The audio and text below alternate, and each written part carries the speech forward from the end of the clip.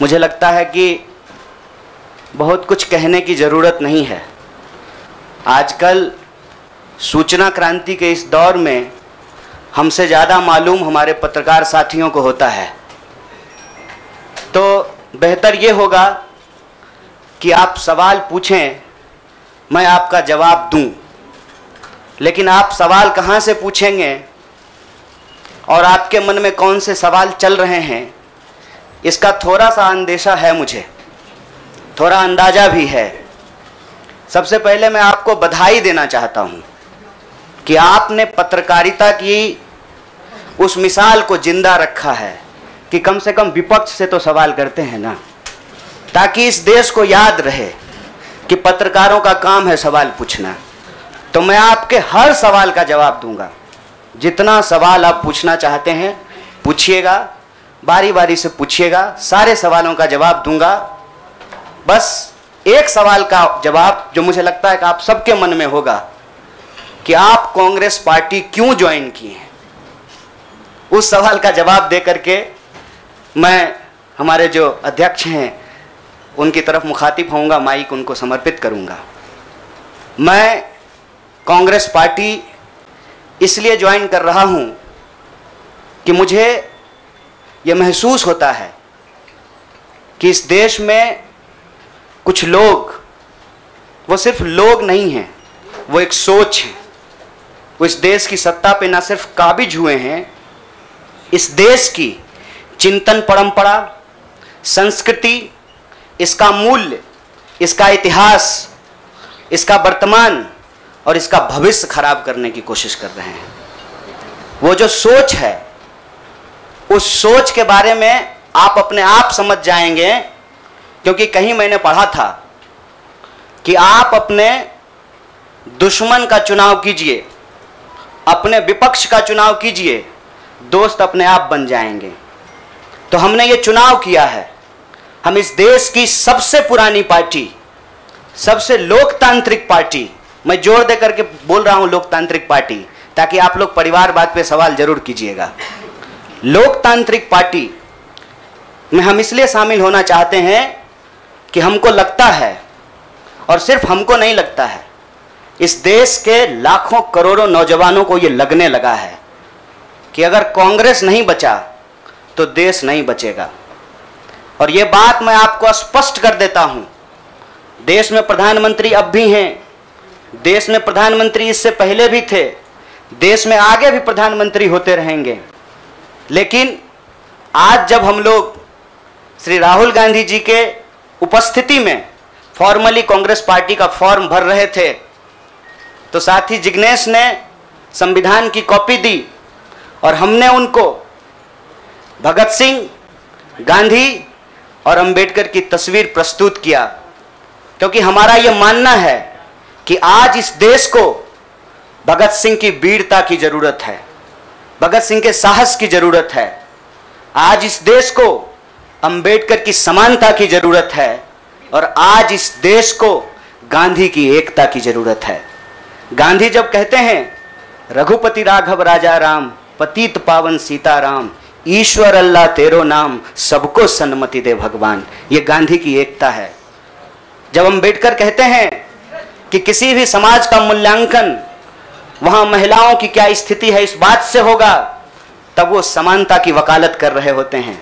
मैं नहीं मानता हूं कि डॉक्टर बाबा साहब भीमराव अंबेडकर किसी एक समुदाय के नेता थे। कांग्रेस पार्टी ने, संविधान सभा ने डॉक्टर बाबा साहब भीमराव अंबेडकर को संविधान बनाने की जिम्मेवारी दी, और उस संविधान के प्रियम्बल में यह लिखा है, हम भारत के लोग भारत को एक प्रभुत्व संपन्न समाजवादी धर्मनिरपेक्ष लोकतांत्रिक गणराज्य बनाने के लिए, इसमें समानता, न्याय के मूल्य निहित हैं।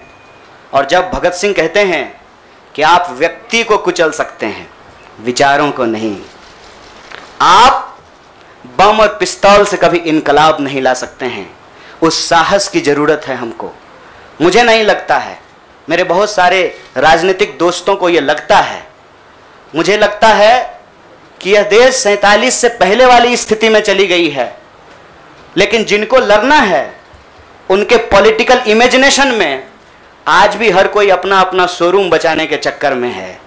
रे भाई मॉल में आग लग गया है, दुकान बचाओगे? बस्ती में जब आग लग जाती है ना, बेडरूम की चिंता नहीं करनी चाहिए। आज हम इस मुहाने पे खड़े हैं कि इस देश के भीतर भारतीय होने की जो पहचान है, जिसमें बुद्ध निहित हैं, जिसमें कबीर निहित हैं, जिसमें नानक निहित हैं, जिसमें हर बार हर दौर में सत्ता से सवाल पूछने का साहस होता है, उस भारतीय चिंतन परंपरा को बचाने की जरूरत है। इसीलिए हम कांग्रेस पार्टी में शामिल हुए हैं कि कांग्रेस पार्टी वो पार्टी है जो गांधी की विरासत को लेकर के आगे चलेगा। कांग्रेस पार्टी वो पार्टी है जो सरोजनी नायडू के विचारों को लेकर के चलेगा। कांग्रेस पार्टी वो पार्टी है जो अम्बेडकर, नेहरू, अशफाक उल्लाह खान, शहीद आजम भगत सिंह और मौलाना अबुल कलाम आज़ाद के रास्तों पे चलेगा। हम जब भी समानता और बराबरी की बात करते हैं, यह कुछ व्यक्तियों तक सीमित नहीं है, यह भारतीय होने का इतिहास है। और इस भारतीय होने के इतिहास को अपने आप में यदि कोई समेटे हुए है तो देश की सबसे पुरानी पार्टी है। और जो लोग कह रहे हैं विपक्ष कमजोर हो गया है, यह सिर्फ विपक्ष के लिए चिंता की बात नहीं है। यह मैं नहीं कह रहा हूं, कोई शास्त्र, कोई किताब उठा करके देख लीजिए। जब विपक्ष कमजोर हो जाता है, सत्ता तानाशाही रुख अख्तियार कर लेती है।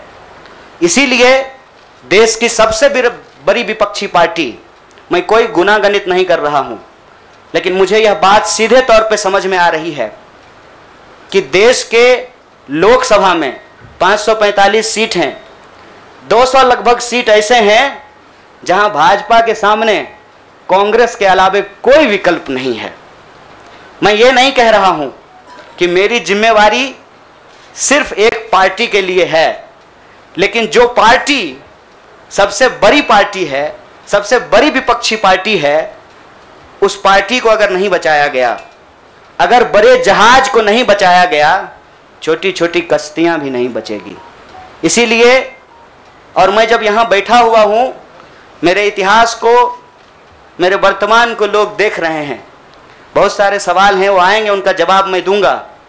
लेकिन यह जो ऐतिहासिक जिम्मेवारी है, उस जिम्मेवारी से मैं अपना मुंह नहीं मोड़ सकता हूं। मैं जहां पैदा हुआ, जिस पार्टी में पला बढ़ा, उसके प्रति मैं आभार व्यक्त करता हूं। उसने मुझे सिखाया, पढ़ाया, लड़ने का जज्बा दिया है। लेकिन उस पार्टी के साथ साथ मैं उन लाखों करोड़ों लोगों को भी धन्यवाद देना चाहता हूं जो किसी पार्टी से जुड़े हुए नहीं थे। अपने स्कूल के व्हाट्सएप ग्रुप में जब हम लोगों के ऊपर अनावश्यक आरोप मढ़े जाते हैं तो अपने दोस्तों से लड़ रहे थे, अपने घरों में डिनर टेबल पर लड़ रहे थे। लोगों की दोस्तियां टूट गई हम लोगों के आंदोलन के समर्थन में, और मैं मजाक नहीं कर रहा हूं, लोगों के डिवोर्स तक हो गए। ये जो देश में एक वैचारिक संघर्ष छिड़ा है, उस वैचारिक संघर्ष को कांग्रेस पार्टी ही नेतृत्व दे सकती है, यह हमारा भरोसा है। और मैं ये उम्मीद करता हूं कि हमारे देश के जो लाखों करोड़ों नौजवान आपके माध्यम से सुन रहे हैं, उनसे भी मैं आग्रह कहता हूं, दीवार पर बैठकर टुकुर टुकुर मुंह ताकने का वक्त नहीं है। ये अर्जेंसी का टाइम है, और इस अर्जेंसी के टाइम पे दीवार पे बैठ करके दायां जाएं कि बायां जाएं, ये मत सोचिए। जब आप जंग में होते हैं तो आपके पास जो अवेलेबल चीजें होती हैं, आप उससे मुकाबला करने की कोशिश करते हैं।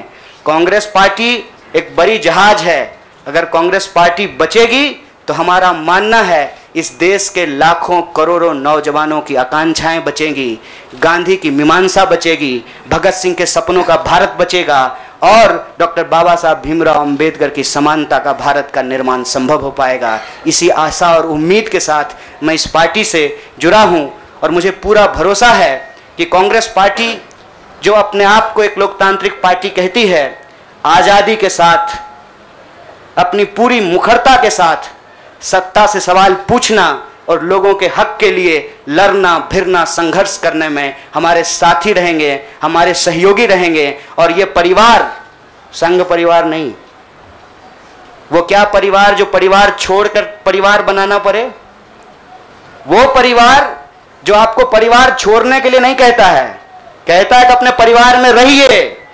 अरे महात्मा गांधी कस्तूरबा गांधी को लेकर के अंग्रेजों से लड़ गए, बताइए इनको अपना घर छोड़ना पड़ा। कोई जरूरी है क्या? घर परिवार के साथ रहना है। डॉक्टर बाबा साहब भीमराव अंबेडकर भी अपने परिवार के साथ रहते थे।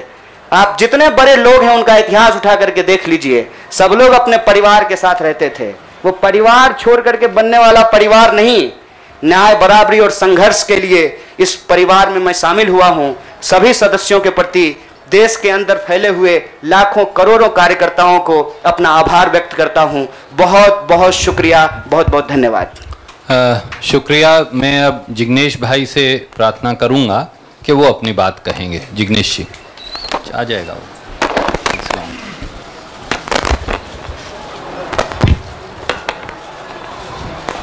धन्यवाद। सबसे पहले तो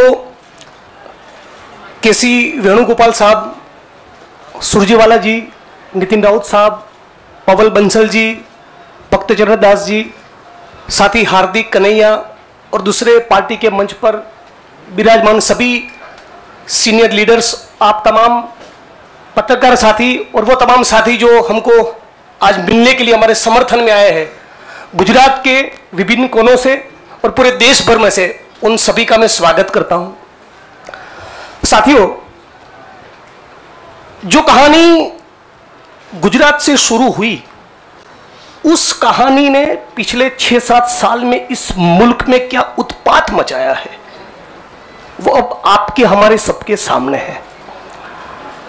एज अ नेशन, एक राष्ट्र के तौर पर हम एक अनप्रेसिडेंटेड, अभूतपूर्व क्राइसिस से गुजर रहे हैं। ऐसा संकट इस मुल्क ने पहले कभी नहीं देखा।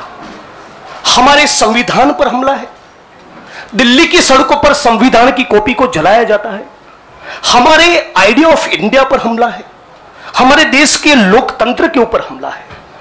आज भाई भाई एक दूसरे का दुश्मन बन जाए, उतना जहर, नफरत एक सोची समझी साजिश के तहत दिल्ली और नागपुर साथ में मिलकर फैला रहे हैं। इस परिस्थिति में एक पॉलिटिशियन के तौर पे नहीं, बतौर एक भारतीय नागरिक, मैं अपने आप को ये जब सवाल पूछता हूं कि मेरा फंडामेंटल फॉरमोस्ट रिस्पॉन्सिबिलिटी, ड्यूटी क्या होना चाहिए, तो अंदर से जवाब यही आता है, कुछ भी करके इस मुल्क के संविधान, लोकतंत्र और आइडिया ऑफ इंडिया को बचाना चाहिए। और यदि उसको बचाना है तो मुझे उनके साथ खड़े रहना है जिसने स्वतंत्रता के आंदोलन में न केवल कंट्रीब्यूट किया है, उसको लीड किया है, अंग्रेजों को यहां से खदेड़ कर दिखाया है। और इसीलिए आज मैं इंडियन नेशनल कांग्रेस की इस मंच पर आपके साथ खड़ा हूं। एक टेक्निकल कारण के चलते मैं फॉर्मली पार्टी इसलिए ज्वाइन नहीं कर सकता क्योंकि मैं एक निर्दलीय विधायक हूं। If I join a party I may not continue as an MLA. मेरी पार्टी के सीनियर लीडर से बात हुई, मेरे मत क्षेत्र के साथियों से बात हुई, अपने आप से बात हुई, राहुल जी से बात हुई, तो मुझे लगा कि मैं इस विचार के साथ हूं ना, ये सबसे प्रमुख बात है। मैं इस मुहिम, मिशन और इस संघर्ष के साथ हूं, ये सबसे महत्वपूर्ण बात है। बाकी की फॉर्मेलिटी तो आने वाले महीनों में भी हो जाएगी। और राहुल जी ने भी कहा कि वो जो पर्चा भर के सदस्य लेने की बात है वो तो कल भी कर लेना, अभी अपने मत क्षेत्र के लोगों के साथ खड़े रहो। तो मैं फॉर्मली नहीं लेकिन इस विचार के साथ आज जुड़ चुका हूं और 22 का चुनाव में कांग्रेस के सिंबल से ही लड़ूंगा, उसके सारे कैंपेन्स का हिस्सा रहूंगा। और गुजरात के संदर्भ में आज साथी हार्दिक हमारे बीच में मौजूद है, तब कहना चाहता हूं कि आज राष्ट्रीय स्तर पे जो हो रहा है वो सब कुछ हम लोग गुजरात में देख चुके हैं, झेल चुके हैं। आप सभी पत्रकार साथियों के बीच में बड़ी चिंता के साथ ये कहना चाहता हूं, हमारी पार्टी ने इस मुद्दे को उठाया है कि 3000 किलो का ड्रग्स 15-20 लाख बेरोजगार युवा को नशे की चुंगाल में फंसाने के लिए अदानी के एयरपोर्ट पर उतर रहा है।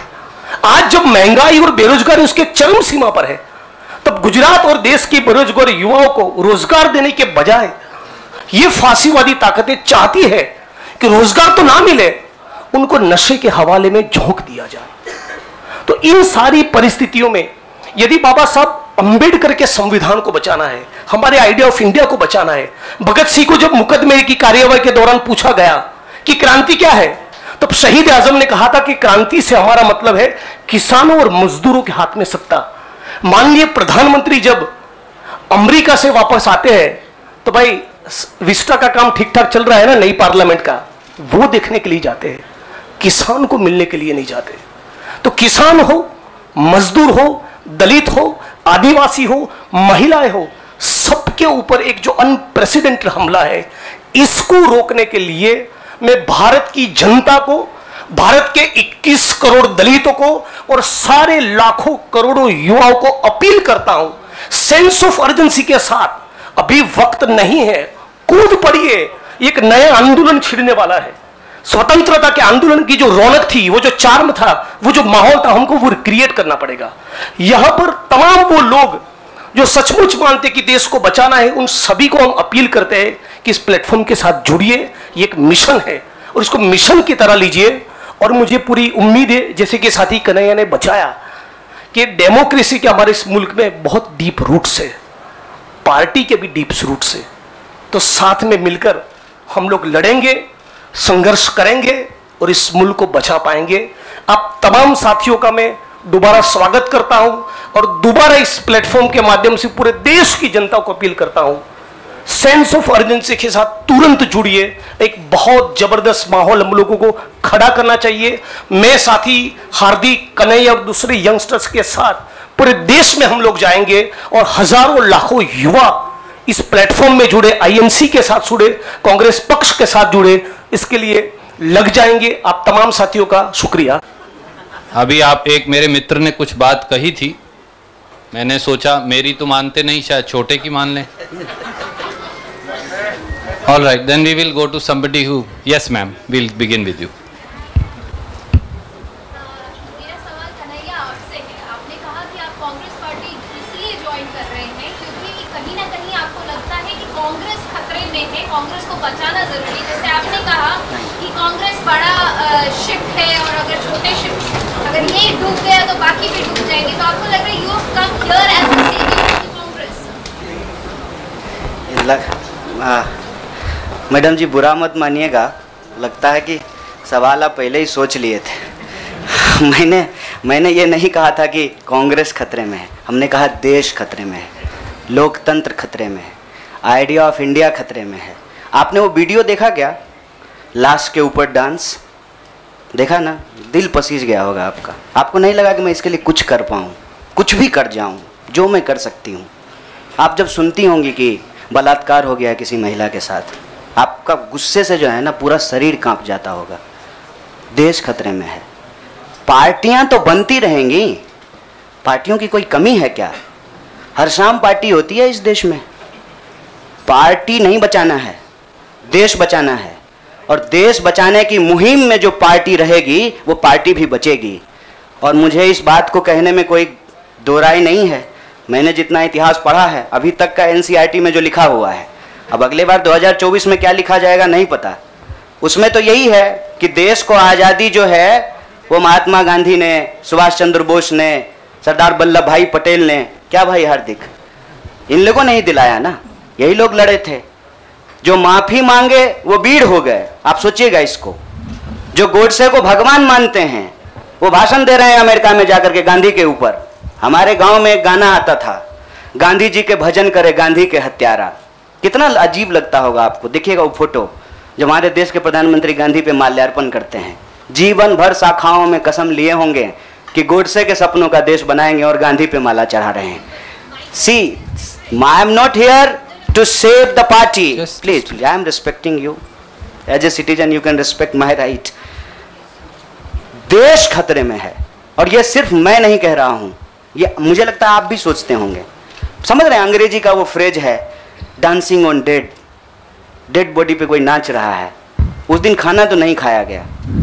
आप सोच के देखिए, आप इस पे विचार करके देखिए। मेरे गांव में अगर किसी की मौत हो जाए तो पूरे गांव में खाना नहीं बनेगा। हजारों लोग मर गए। देखे 71 वर्ष की उम्र में प्रधानमंत्री के लिए सोहर गाया गया। नया बच्चा जब पैदा होता है ना तो पूर्वांचल में सोहर गाते हैं लोग। प्रधानमंत्री बूढ़े हो गए हैं, उनके लिए सोहर गाया जा रहा है, तब जब अभी तुरंत लाखों लोगों की जान चली गई, ऑक्सीजन नहीं मिल रहा था, अस्पताल में बेड नहीं मिल रहे थे। आप में से कोई भी ऐसा इंसान है जिसके कोई जानने वाले नहीं मरे हो इसमें, इस क्राइसिस में? इतना बड़ा क्राइसिस जिसके देश में हुआ हो अभी तुरंत, वो अपने जन्मदिन का जश्न मनाएगा? ये भोंडापन है। इस संस्कृति को बचाने की जरूरत है, और इस संस्कृति को बचाने के लिए मुझे लगता है कि कांग्रेस पार्टी में क्षमता मौजूद है। लोगों को यह बात पसंद हो या ना पसंद हो, हकीकत यह है कि पार्लियामेंट में सबसे बड़ी पार्टी कांग्रेस पार्टी है। इसीलिए इस पार्टी को यह जिम्मेवारी लेनी पड़ेगी, और उस जिम्मेवारी को संभालने के लिए मैं यहां आया हूं। Thank you news nation. I'll come to you.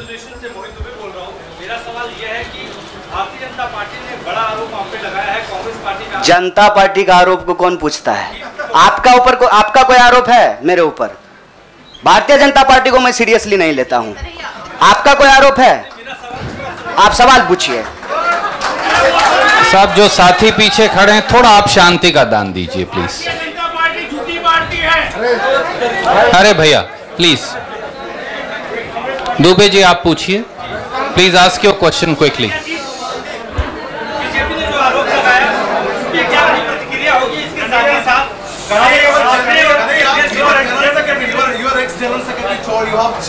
Yeah, please, you cannot interrupt. No, you have to have discipline. My humble request with folded hands. There is no, but yes, I am not Prime Minister. I will take your question. No, don't worry. Democracy means that you should not supersede somebody who is asking question. That's what democracy is. Dubey भाई, आपका सवाल है, news nation से हैं। एक और सवाल उसी में जुड़ा हुआ है ना।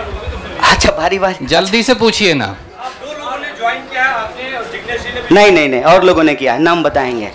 मेरा सवाल आपसे ये है कि तमाम जो कांग्रेस के और युवा नेता है वो छोड़ के चले गए, तो क्या माना जाए कि आप जितने भी लोग आपने ज्वाइन किया है, ये राहुल गांधी की नई टीम होगी, राहुल गांधी की सियासी जो नाव है उसको पार लगाने का काम करेगी? देखिए, मैं यही कह रहा हूँ, हमारे देश के लोगों के पॉलिटिकल इमेजिनेशन को कुछ हो गया है। अभी क्या हो गया है मुझे समझ में नहीं आ रहा है। हमने आपके सवाल को अपने आप लेते हुए हमने अपने पूरे वक्तव्य को रखा। हमने कहीं भी कहा कि हम कोई टीम बना रहे हैं? बीसीसीआई थोड़ी है सर, मतलब टीम बना रहे हैं। मैं कह रहा हूं कि भारत की परंपरा, चिंतन परंपरा, सोच, जिस पे आपको गर्व होता है भारतीय होने के चलते, उस परंपरा को समेटने का, उसको आगे बढ़ाने का काम देश की सबसे पुरानी पार्टी कांग्रेस पार्टी ने किया है। उस पार्टी के पास एक ऐतिहासिक जिम्मेवारी है, और इस देश का नागरिक होने के चलते, साथी जिग्नेश ने कहा, यह हमारी भी ऐतिहासिक जिम्मेवारी है कि कल को जब इतिहास लिखा जाएगा तो हमसे भी पूछा जाएगा, दुबे भाई आपसे भी पूछा जाएगा कि जब यह तमाशा हो रहा था तो हम क्या कर रहे थे। हमने वो कहानी सुनी है बचपन में, आपने भी सुना होगा। जंगल में आग लगी, एक कोयल अपने चोंच में पानी भर करके जंगल की आग बुझाने की कोशिश कर रही थी। जंगल की आग नहीं बुझी, या बुझनी होगी बुझ जाएगी। कम से कम कोयल का वह ऐतिहासिक प्रयास जो है वो इतिहास याद रखेगा। और ये जो आप कह रहे हैं ना, डूबती हुई नाव, देखिए कभी कभी ना इंसान को भ्रम होता है, जैसे टिड्डे को भ्रम होता है कि वो अपने पांव से आसमान टिका रखा है। हमको ऐसा कोई भ्रम नहीं है। मेरे अकेले से कुछ नहीं होगा। जब आप जुड़ेंगे, हम जुड़ेंगे, इस देश के संविधान में, आइडिया ऑफ इंडिया में भरोसा करने वाले लोग जो हैं, जिसको हम कहते हैं गांधी के सपनों का भारत, जिसको हम कहते हैं भगत सिंह के सपनों का भारत, जिसको हम कहते हैं डॉक्टर बाबा साहब भीमराव अंबेडकर के सपनों का भारत, जिसको हम कहते हैं बिरसा मुंडा के सपनों का भारत, सावित्रीबाई फूले के सपनों का भारत, श्री कृष्ण सिंह के सपनों का भारत, जगजीवन राम के सपनों का भारत, मौलाना अबुल कलाम आजाद के सपनों का भारत, उस भारत को बचाने की बात मैं कर रहा हूं। और सियासत, मैं बार बार कहता हूं, अगर सियासत सही होगी तो गलत लोग जो सत्ता पे काबिज हैं ना, मुझे भारत के लोगों पे बहुत भरोसा है। अरे हैं हम लोग थोड़ा सा आलसी, लेकिन जब आ गए ना अपने पे, 200 साल अंग्रेजों ने राज किया था, जब से भारत के लोग अपने पे आ गए ना, तो 1942 में भारत छोड़ो आंदोलन का जब नारा महात्मा गांधी ने दिया था, तो अंग्रेजों को भारत छोड़ करके जाना पड़ा था।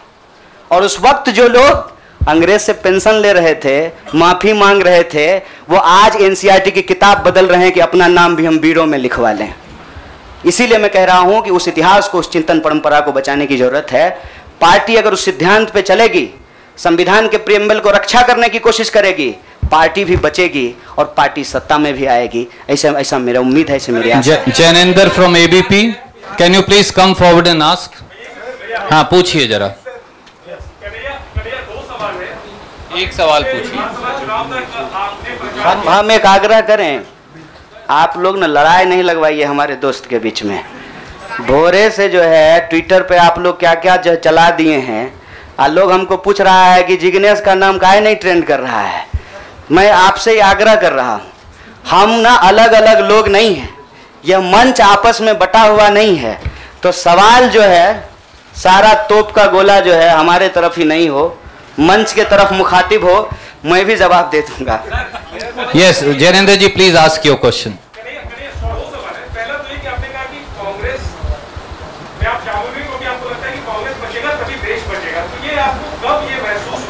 अभी हाल तक आप केरल विधानसभा चुनाव में कांग्रेस के खिलाफ प्रचार कर रहे थे, और दूसरा सवाल कि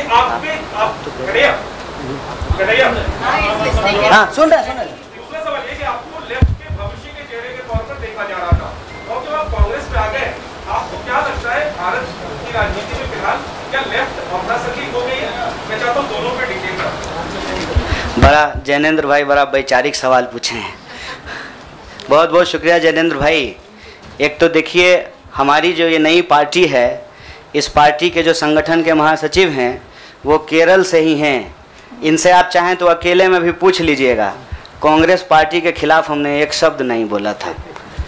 हम कांग्रेस पार्टी के खिलाफ भी बोले हैं, लेकिन केरल के विधानसभा चुनाव में नहीं, जेएनयू के प्रेसिडेंशियल स्पीच में बोले थे। देखिए, हमको हमारा इतिहास पता है, और हम यही कहते हैं, इतिहास को तोड़ा और मरोड़ा नहीं जा सकता है। इतिहास इतिहास होता है। इतिहास कोई कागज पे लिखे हुए शब्द होते हैं कि आप उसको जो है इरेजर से मिटा दीजिएगा। केरल के विधानसभा चुनाव में कांग्रेस पार्टी के खिलाफ नहीं बोले थे। आपने पूछा कि कब इसको आपको ऐसा महसूस हुआ। देखिए, महसूस तो मुझे राजनीति में आए हुए 18 साल हो गए हैं, और मैंने हमेशा ये महसूस किया कि कहीं ना कहीं इस देश की जो राजनीतिक विरासत है वो भटक गई है। भूल भुलैया नहीं होता है, राइट लेफ्ट सेंटर घूमने लगा है, और पता ही नहीं चल रहा है कि एक्चुअल आइडियोलॉजिकल पोजीशनिंग कहाँ है, उसके थ्रेड्स कहाँ पे हैं। तो मैं जैनेंद्र भाई, आपने वैचारिक सवाल पूछा है, एक ऐतिहासिक तथ्य आपसे साझा करता हूँ। मैं ऑल इंडिया स्टूडेंट फेडरेशन का मेंबर था कल तक। वो ऑल इंडिया स्टूडेंट फेडरेशन 1936 में बना, और उस इतिहास जाकर के देख लीजिएगा। उसका जो इनॉग्रल सेशन था, पंडित जवाहरलाल नेहरू का उसमें भाषण हुआ था, और उस वक्त देश के जितने भी नौजवान थे, सुनने में थोड़ा अजीब लग सकता है हमारे कुछ साथियों को, लेकिन अपने विद्यार्थी के होने के जमाने में अटल बिहारी वाजपेयी भी शामिल हुए थे, बाद में निकाल दिया गया था। मतलब अंग्रेजों के खिलाफ जो छात्रों का संघर्ष हो रहा था, सभी विचारधारा के लोग उसके सदस्य थे। और आपने जो वैचारिक सवाल पूछा कि आपको लेफ्ट के भविष्य के रूप में देखा जा रहा है, कौन कह रहा है कि लेफ्ट का भविष्य खराब हो गया है? व्यक्ति आते हैं और जाते हैं, संगठन हमेशा व्यक्ति से बड़ा होता है। व्यक्ति की अपनी एक भूमिका होती है, उस भूमिका को वो अपनी क्षमता से निभाने की कोशिश करता है। मैं आपको बता दूं, जहां जिस पार्टी से आप मेरा संबंध जोड़ रहे हैं, मैं वहां पैदा हुआ हूं। मेरे भीतर सोचने, समझने, लड़ने की जो क्षमता है, यह उसके ट्रेनिंग का हिस्सा है, और मुझे इस बात का गर्व है। लेकिन वहां जो लड़ने का तरीका है और जिस तरीके से वो लड़ रहे हैं, मुझे लगता है आज जो देश की स्थिति है उसमें उसके स्पीड को बढ़ाने की जरूरत है, और जो वैचारिक संकीर्णता है उसको तोड़ने की जरूरत है। मैं आपको एक बात बताना चाहता हूं। मैं अपने कई साथियों से पूछा कि क्या भगत सिंह की जयंती देश के सभी संगठनों को नहीं मनाना चाहिए, और क्या गांधी की तस्वीर सभी संगठनों के कार्यालय में नहीं होना चाहिए? ये हमारा इतिहास है, ये हमारी विरासत है। कुछ लोग बहुत चालाकी से विचारधारा की खोल में यह जो हमारी ऐतिहासिक विरासत और परंपरा है, इसको आपस में उलझाने की कोशिश करते हैं। एक बड़ा पॉपुलर डिबेट है मीडियम और मीन्स का, साध्य और साधन का, हिंसा और अहिंसा का। तो मैं आपके सामने इस सदन के समक्ष यह बात कहता हूं, जब भगत सिंह कहते हैं कि बम और पिस्तौल इनकलाब नहीं ला सकता है, मतलब भगत सिंह हिंसा का निषेध कर रहे हैं, वायलेंस को निगेट कर रहे हैं। और जब बापू कहते हैं, महात्मा गांधी कहते हैं करो या मरो, मतलब वो व्यक्ति के ऊपर होने वाली हिंसा को स्वीकार कर रहे हैं और अहिंसा को निगेट कर रहे हैं। देश की अर्जेंसी क्या है, इस बात को समझिए। और देश की अर्जेंसी यह है कि आप पैदा कहीं भी हुए हों, अगर गांव में आग लगी है, आप अपने दरवाजे के बाहर डंडा लेकर के गेटकीपर बन करके खड़ा हो जाएंगे कि घुसने नहीं देंगे, निकलने नहीं देंगे, तो आपका घर भी नहीं बचेगा, बेडरूम भी नहीं बचेगा। इसलिए समझदारी इस बात में है कि आपसी जो नाराजगी है, आपसी जो वैचारिक मतभेद है, उसको किनारा कीजिए और बस्ती बचाने के लिए इकट्ठा होइए, क्योंकि ये देश हम सबका है। इसीलिए लेफ्ट राइट का जो क्वेश्चन है ना, वो अप्रासंगिक इसलिए हो गया है कि आज आपको वैसे आदमी के साथ सामना करना पड़ रहा है जो हमारे जमाने का गोविंदा है, ड्रेस बदलते रहता है। इसीलिए इस वैचारिक भ्रम में नहीं पड़िए, देश बचाइए, संविधान बचाइए, यही हमारा लक्ष्य है। Siddharth from ANI, Siddharth please go ahead and ask. Siddharth सवाल पूछिए प्लीज। कन्हैया जी, आपसे और जिग्नेश जी दोनों से मेरा एक सवाल है। जिग्नेश जी जवाब देंगे। आप पर्टिकुलर आपकी बात को नोट कर रहा हूँ। आपने कहा एक जहाज है, दूसरा उसे बचाने की जरूरत नहीं है, लेकिन जो जहाज का कप्तान है राहुल गांधी, इसको लगता है कि बाकी छोटे जो कश्तियां हैं उसको चलाने वालों को उसको फॉलो करना चाहिए। मेरा सवाल खुले तौर पर यह है कि राहुल गांधी विपक्ष का चेहरा होना चाहिए जब एक लड़ाई विपक्ष का चेहरा तो मीडिया भी होना चाहिए। विपक्ष का चेहरा वो तमाम लोग होना चाहिए जो आइडिया ऑफ इंडिया और इंडियन कॉन्स्टिट्यूशन में बिलीव करता है, उसको प्रोटेक्ट करना चाहते हैं। पीरियड।